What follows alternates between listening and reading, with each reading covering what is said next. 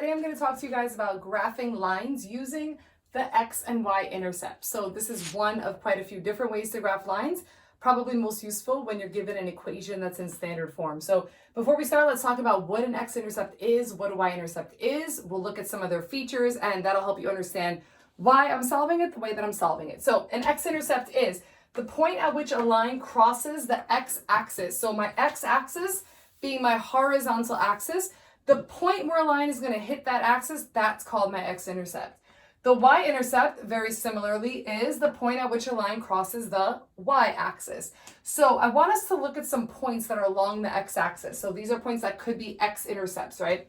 The x-intercept's always going to be on the x-axis, and I want you to try to notice something about them. So along my x-axis, I have points like -6, 0, -2, 0, 7, 0. What are you noticing about all these points that are on the x-axis? Hopefully what you're realizing is that the y-coordinate is always 0, and that is consistent, right? All along the x-axis, my y-coordinate is always going to be 0. That's an important fact that I need you to understand for you to realize why we're solving the way we're solving. So make sure you get that part. Along the y-axis, let's look at some points. So along my y-axis, I have points like 0, 4, 0, -2, 0, -5. And what do you notice about all of these points that are along the y-axis? Hopefully what you notice is that the x-coordinate is always 0 in this case. So all along the y-axis, my x-coordinate is always going to be 0. All of these points are going to be 0, comma something. And on my x-axis, all the points are going to be something, comma 0, right? So we're going to use that fact to help figure out how we find our x and y intercepts algebraically, meaning without a graph, right? So here's an example. I have the equation x minus 2y equals 8. It's going to be a line. I want to graph it.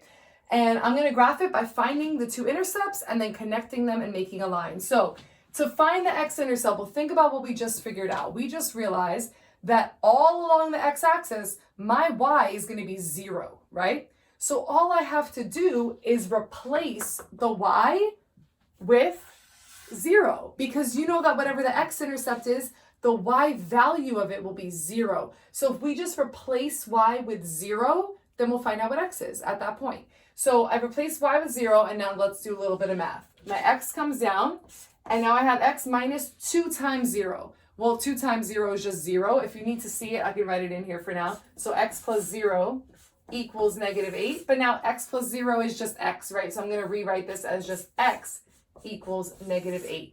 So what did we find? We found the x-intercept. We found that this line is going to hit the x-axis at -8. And if I was going to write that as a full order pair, it's -8, 0, right?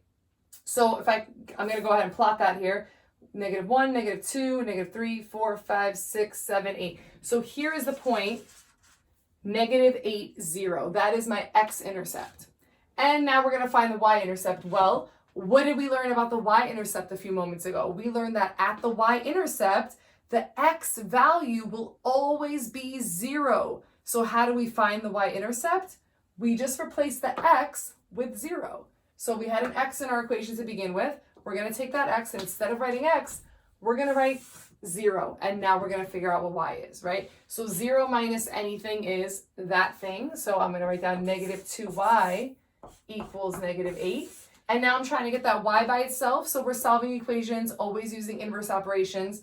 So the -2 is being multiplied by the y. It's the coefficient. So I'm going to do the opposite or the inverse operation of multiplying, which is dividing. So we're going to divide both sides by -2. On the left side, it'll cancel out, and we get y equals -8 divided by -2 is +4, meaning my y-intercept is 4. As an ordered pair, that would be 0, 4. So I'm going to go to 0, 4. 1, 2, 3, 4. There's my y-intercept. So here's my y-intercept, 0, 4. Here's my x-intercept, -8, 0. And now all I have to do, and forgive me for not having a ruler, is connect these 2 points, and I have a sketch of what this linear equation will look like. All right? Let's do a second example. So we have 2x plus 30y equals 60. We want to graph by finding my intercepts. So let's start by finding the y-intercept. Well, what do you know about the y-intercept? What fact did you learn about the y-intercept? Hopefully you said that the x value has to be 0, right? So if the x is going to be 0 at the y-intercept, then let's replace x with 0. So I'm going to write down 2 times, now instead of writing x, I'm going to write 0 plus 30y equals 60. Well, 2 times 0 is just 0, right? And 0 plus 30y is 30y. So now I have 30y equals 60. And now 30 times y, that's what that says. The inverse operation, that would be dividing by 30. So I'm going to divide by 30 on both sides. On the left, it'll cancel out. On the right side, I have 60 divided by 30, which is 2. So that means that y equals 2. And if I want to write that as an ordered pair, it's 0, 2. So here's my y-intercept, okay? Now find the x-intercept. Well, what do you know about the x-intercept? You know that the y value has to be 0. So let's go back into this equation and let's replace this time the y with 0. And let's solve. So 30 times 0 is 0. So I have 2x plus 0 equals 60. Well, anything plus 0 is just that thing. So I have 2x equals 60.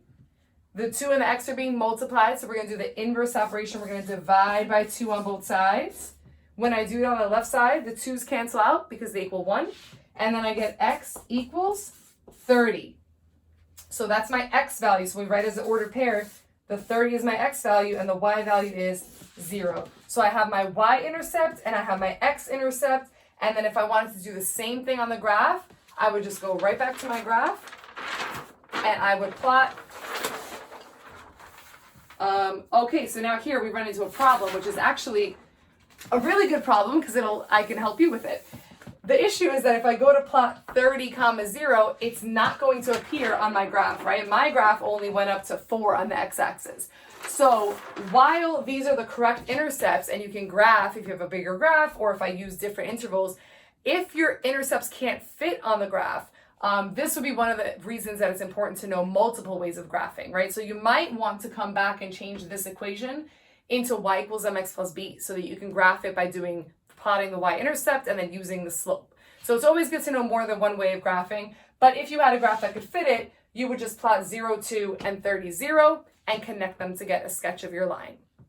Hope that helps.